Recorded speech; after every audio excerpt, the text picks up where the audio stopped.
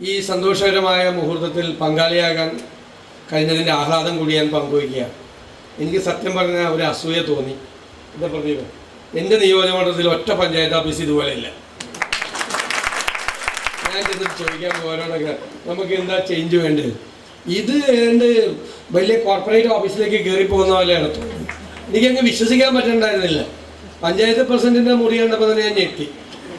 കുറച്ച് കഴിഞ്ഞപ്പോഴാണ് അതേപോലെ തന്നെ മികച്ചു നിൽക്കുകയാണ് വൈസ് പ്രസിഡന്റിൻ്റെ മുറി, സ്റ്റാൻഡിംഗ് കമ്മിറ്റി ചെയർമാൻമാരുടെ, പഞ്ചായത്ത് സെക്രട്ടറിയുടെ, മൊത്തത്തിലൊരു പിന്നെ ജീവനക്കാരിരിക്കുന്ന സ്ഥലം.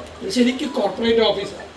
വലിയ കോർപ്പറേറ്റ് കമ്പനികളിൽ മുംബൈയിലും ഡൽഹിയിലൊക്കെ പോകുമ്പോൾ കാണുന്ന വലിയ കോർപ്പറേറ്റ് ഓഫീസ് പോലത്തെ ഇത്. സത്യത്തിൽ ഞാൻ പഞ്ചായത്ത് മന്ത്രിയോടുകൂടി പറയുന്നുണ്ട്, ഇത് ചെയ്തതിൻ്റെ ഒരു മോഡൽ എടുത്തിട്ട് എല്ലാ പഞ്ചായത്തിലേക്ക് അയച്ചു കൊടുക്കാൻ പറഞ്ഞു. കേരളത്തിലെ എല്ലാ പഞ്ചായത്ത് ഓഫീസും ഇതുപോലെ ആകട്ടെ.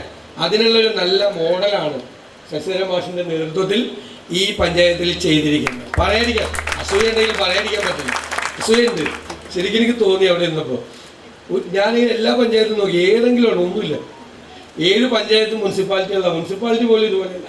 നമ്മൾ അതേപോലത്തെ നല്ല ഗംഭീർ. ഇത് അത്രയും എളുപ്പത്തിൽ നടക്കുന്ന കാര്യമല്ല. ഇപ്പോൾ ഈ ഫണ്ടെന്ന് പറയുന്ന പഞ്ചായത്തിൻ്റെയൊക്കെ സ്ഥിതി നമുക്കറിയാം, ലോക്കൽ ബോഡിയുടെയൊക്കെ സ്ഥിതി അറിയാം.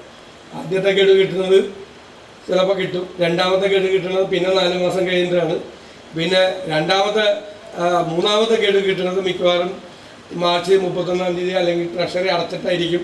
എങ്ങനെയൊക്കെയാണ് ഇത് ചിലവാക്കി കൊണ്ടുപോകുന്നത് എന്നുള്ളതൊരു ഞാനുമേ കളിയാണ് അല്ലേ. കിട്ടുന്ന ഫണ്ട് പൈസ കിട്ടിയാന്ന് ചോദിച്ചാൽ കിട്ടി. ഞാൻ അസംബ്ലിയിൽ ഇങ്ങനെ ഞാൻ കളിയാക്കി പറയാം, ലഭ്യശ്രീ യോഗമാണ് പഞ്ചായത്തുകൾക്ക്. ഫണ്ട് കിട്ടിയാന്ന് ചോദിച്ചാൽ കിട്ടി, പക്ഷെ ചിലവാക്കാൻ പറ്റില്ല. ചിലരുടെ ജാതകത്തിലുണ്ടാവും നല്ല രാജയോഗമാണ്, തുടക്കത്തിൽ എഴുതി വെച്ചാൽ. അപ്പോൾ ഭയങ്കര സന്തോഷവും രാജയോഗമല്ലേ. 3-4 പേജ് മറിച്ച് കഴിയുമ്പോൾ കാണും അത് അനുഭവിക്കാനുള്ള യോഗം ഉണ്ടാവില്ല എന്ന് പറഞ്ഞ മാതിരിയായിരുന്നു.